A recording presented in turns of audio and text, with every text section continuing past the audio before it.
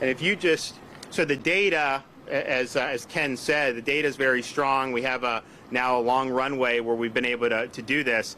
And that obviously the data trumps, I mean, but it's interesting just when you talk to people that have done this, and there have been people that will get infected, they get hit, they test positive, they go get it, and then they'll say within 24 or 48 hours, they felt it was like a totally different ball game. And what it is when you get infected, your body produces antibodies to then fight the virus, and the people who end up having an easy time with COVID usually do that fine, and they're great. Folks who are in these higher risk categories, they sometimes don't produce the type of antibodies that they need to be able to combat the virus. And so what this does is it's an antibody cocktail. It's providing that, and then those antibodies get to work and really fight against the virus. And I think that's why you've seen it's people will say that everything is resolved within sometimes 24, 48 hours. I mean, that's a really, really big deal. And I think that part of the reason it isn't as well known is because this was given emergency use authorization about the same time that the Pfizer and the Moderna were under EUA approved. So obviously people were looking at the vaccines as a major thing, and rightfully so. And so I think that this was something that, even though the hospitals all embraced it, we worked with them early on and said, do you need us to do anything? They're like, no, we have it, and most of them have been doing well. Here in Northeast Florida, I was at Tampa General. They do a lot. We think the supplementing them now will be helpful. But it was there.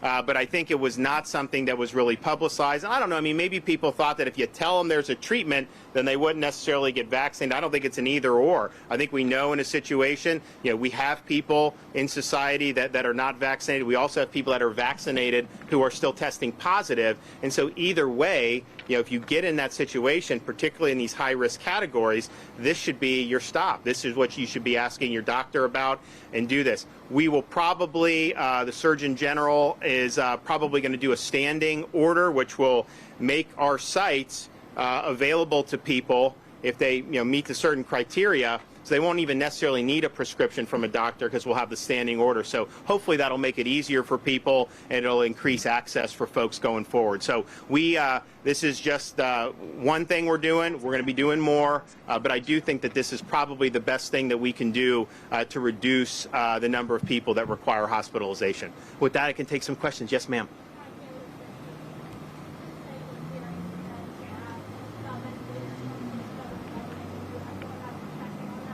So just so if I can clarify, I was asked about respirators, which are actually different. And so and we've never really had any hospitals ask about it. What they had been asking about, which I thought related to respirators, was there was oxygen deliveries on these trucks that they thought were coming behind. So there was actually things to do the weights and measures and all that. So there was not, to this day, any requests for respirators. The mechanical ventilators, we've been giving those out the whole time. And what that was it's just increasing our stockpile, and that's why they did it. So it wasn't anything that was like specifically from a hospital per se. It was something that they do through FEMA as a matter of course.